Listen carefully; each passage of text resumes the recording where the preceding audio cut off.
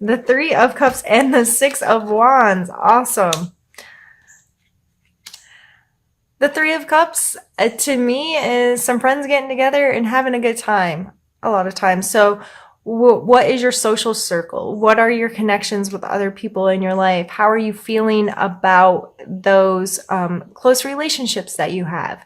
The Six of Wands is all about allowing yourself to be celebrated, to take allow somebody to acknowledge you for your accomplishments, or doing some good. This person didn't just complete something. It's like there's a parade being held for them, and they are sitting there and being proud of what they have accomplished or what they've done. So these energies coming together in your mental space, just allow your friends, allow your friend group, allow the people that you are close to and have emotional relationships with celebrate you. Not in an arrogant, people need to pay attention to me, people need to show gratitude towards me for all the things I do. Nothing like that. This is more so of being, because these three, I feel like these women couldn't have this relationship if they weren't being true and authentic with each other, and created a sisterhood. That's the kind of feeling I get from this card, is these women are, this is close relationship. So within your close circle, how are you open with them about the accomplishments and the progress you're making in your life? And are you allowing them to celebrate you? And do you feel okay being celebrated? I would allow this to create some conversation in your own head of what does that energy mean to me? Am I okay with that kind of energy? What's my relationship to that? How does that make me feel? Let's pull a card for your physical space now.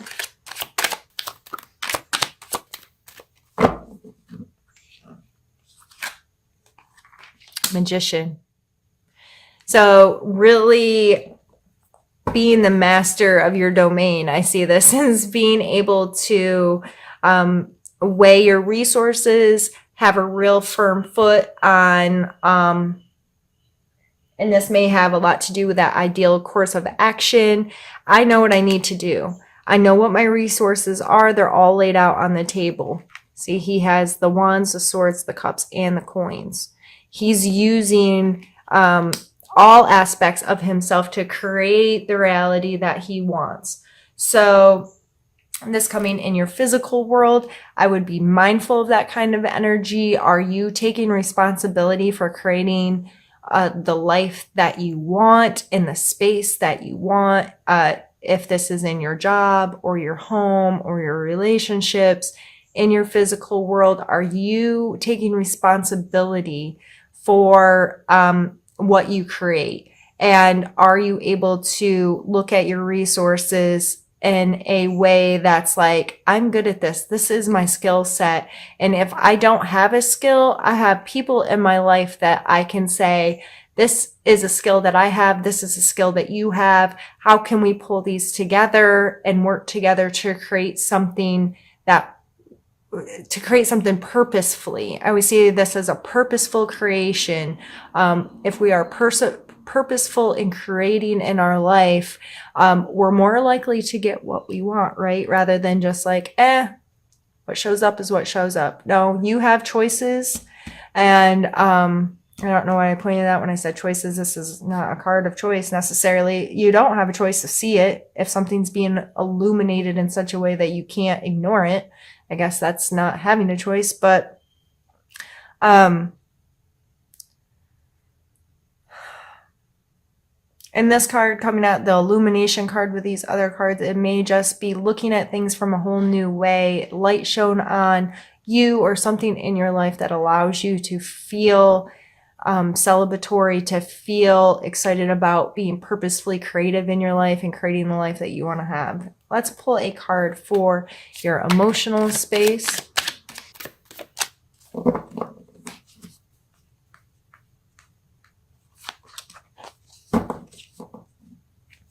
Page of Wands. I always see him as such a flirt, and I kind of see him, his energy as like, I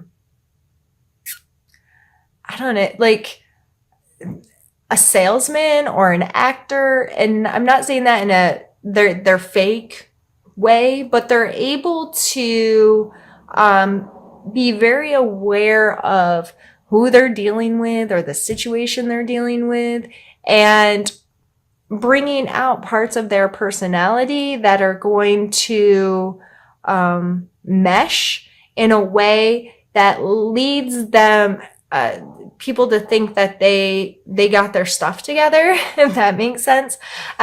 He comes through with a lot of charisma and excitement and passion, a drive, a willingness to get out there, make mistakes, and put themselves on the line a little bit. I see, like someone that's an actor or an entrepreneur or has that kind of energy. They have to be willing to hear no. They have to be willing to try things over and over and over again to make a situation work. They know they're not for everybody, but they know, with their skill set, they really could influence people to interact with them in a way that they want.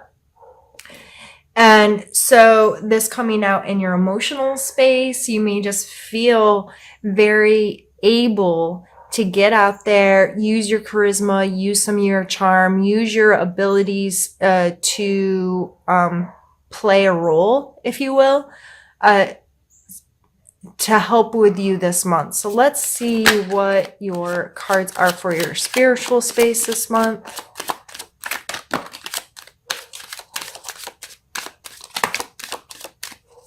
Holy goodness.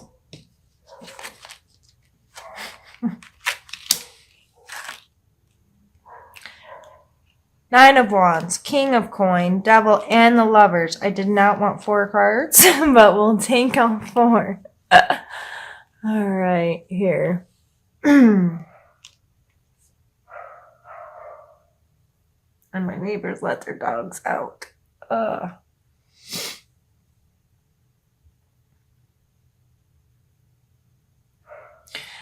The Nine of Wands here, he's taken a bit of a beating, right? Like he's bandaged, but he's still standing tall. All the wands are standing tall.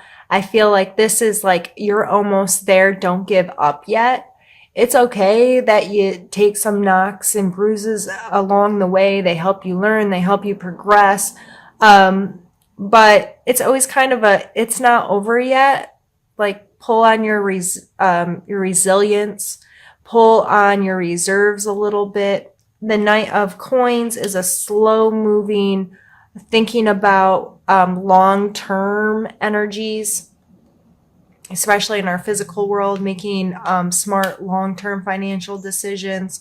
The Devil card has a lot to do with our addictions or attachments, what we allow to control us. And the Lovers card, if you notice here, they're very similar in their layout. There's always 2 people with some kind of angel or devil kind of represented as almost like a third party situation here. And the Lovers card is a card of choice to me, making the choice over and over again to commit to someone, to love somebody unconditionally, that kind of thing. So these all coming out down here in short, and you can spend more time and maybe discovering what those energies are, looking up the names of the cards, that kind of thing, or the meanings of the cards. But in short, I feel like spiritually, this may be a month to this illumination coming in, where you have a clearer picture of how you connect spiritually. And this may be just a lot of self-work. What am I attached to? What choices am I making? What long-term decisions am I making? Am I feeling like, regardless of your spiritual practice, religion, what have you, people disagree with us. People are going to beat us up over it. People are going to put in their opinion when it doesn't matter anyway. Like, your opinion on my spiritual space and being is really none of my concern. Your opinion doesn't matter to me on that stuff.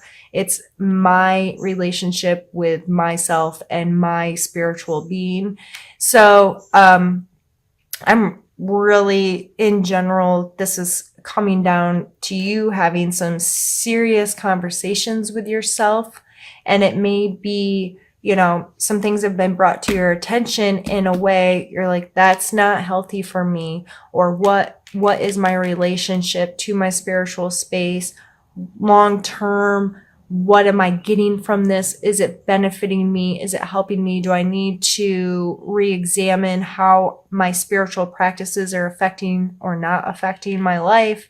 And how can I pull this all into a place that's helping me be a better human and making me feel more comfortably attached or understanding of my spirituality?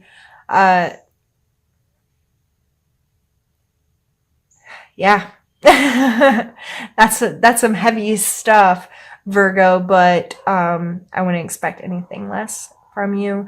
So if you have any comments, questions, or concerns, or want some extra on this stuff, feel free to reach out to me. And for right now, I'm going to pause our video, move these cards out of the way, and we're going to move on to pulling some cards from another deck. Now we're going to pull a challenge card for you guys. So a challenge you may be facing in the month of October. We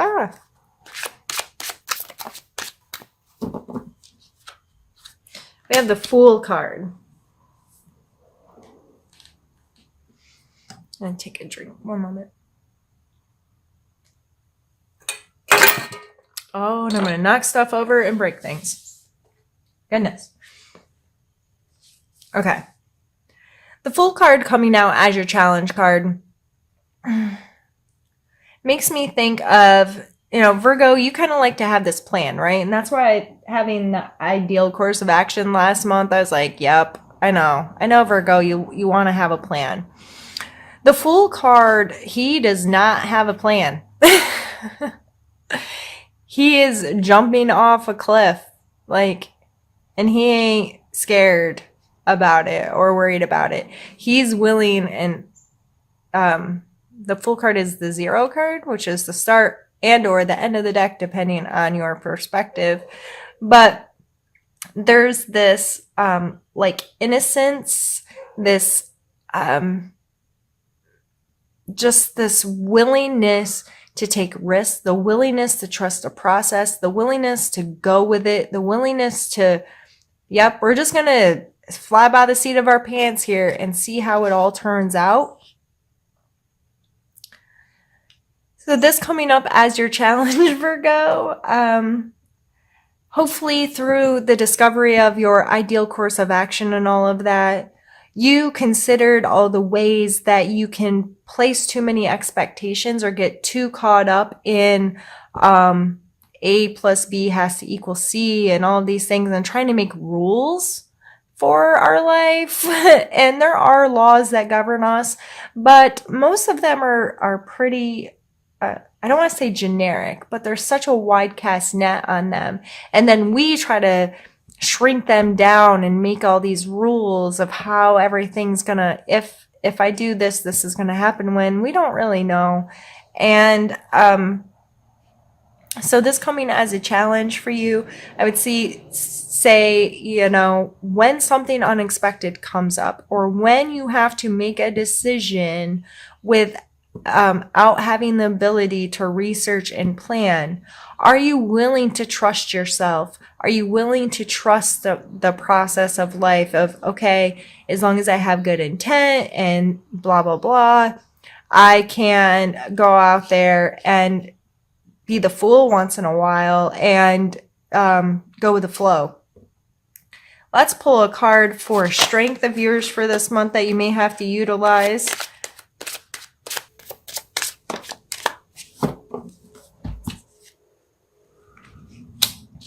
Sun and Justice. All right. The sun, to me, has a lot to do with, and I just think it's funny, illumination, which has the moon, but the sun shining on your face, that the sun's going to come out every day. There's this consistency there. And also, I mean, when you think of the sun, you think of maybe summertime and heat and warmth and joy and being outside, being in nature, feeling really good about yourself. Like, this card encompasses so much energy for me, but it really comes down to, the bright side, if you will. And the Justice card, I mean, there's equal consequences to our actions. There is this system in our world that we have to deal with, this scale of morality and scale of right and wrong that plays both personally and then when we're in the world, what things are allowed and not, and consequences to our actions, the consequences to not acting, all of those kinds of things. So in the month of October, I would look at your ability to feel whole, to feel joyful, your perspective on things. Are you willing to see things from a sunny point of view? A positive point of view? Are you willing to do that? Are you also willing to understand karma or justice or fairness or, whatever word works for you in association with this? What does that mean to you? How does that energy make you feel? So it may be in your wheelhouse this month to have to make some decisions when it comes to being fair, when it comes to being just, when it comes to seeing things from a sunny perspective, if you will. Let's pull a couple need to know cards for you.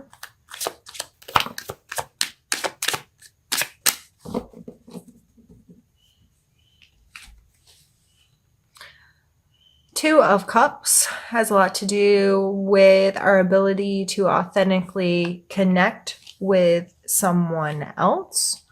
What are your relationships with people? How do you connect with them? Are you being true to yourself and so allowing for a true connection with someone else? I would I